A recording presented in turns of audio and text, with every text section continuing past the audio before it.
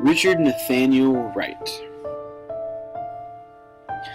Richard Wright was born on September 4th, 1908, just outside of Natchez, Mississippi. Wright wrote his first work of literature when he was just 16 years old in 1924, The Voodoo of Hell's Half Acre. He had it published in a newspaper, but unfortunately, there are no surviving copies to this day.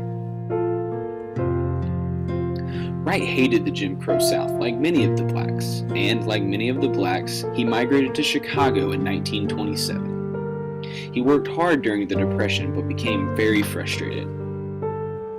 Frustrated by capitalism, Wright joined the John Reed Club, and in 1932 he officially joined the Communist Party.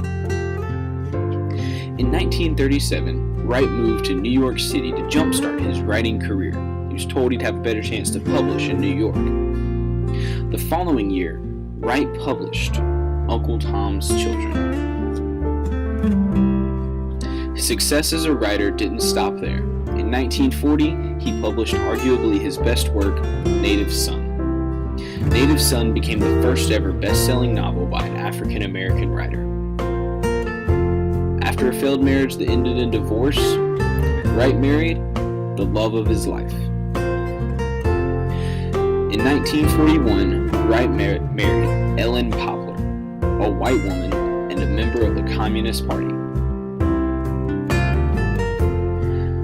Wright continued his successful writing career, and in 1945, he published Black Boy, his autobiography.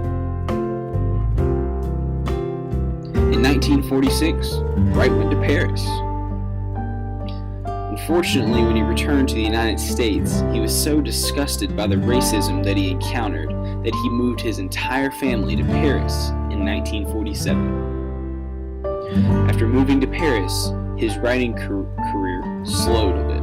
However, he continued to publish works as The Outsider in 1953, White Man Listen in 1957, The Long Dream in 1958, and Black Power in 1954. At the end of his life, Wright suffered from amoebic dysentery acquired on his travels in Africa and Asia. On November 28, 1960, Richard Wright died of a heart attack in Paris, France.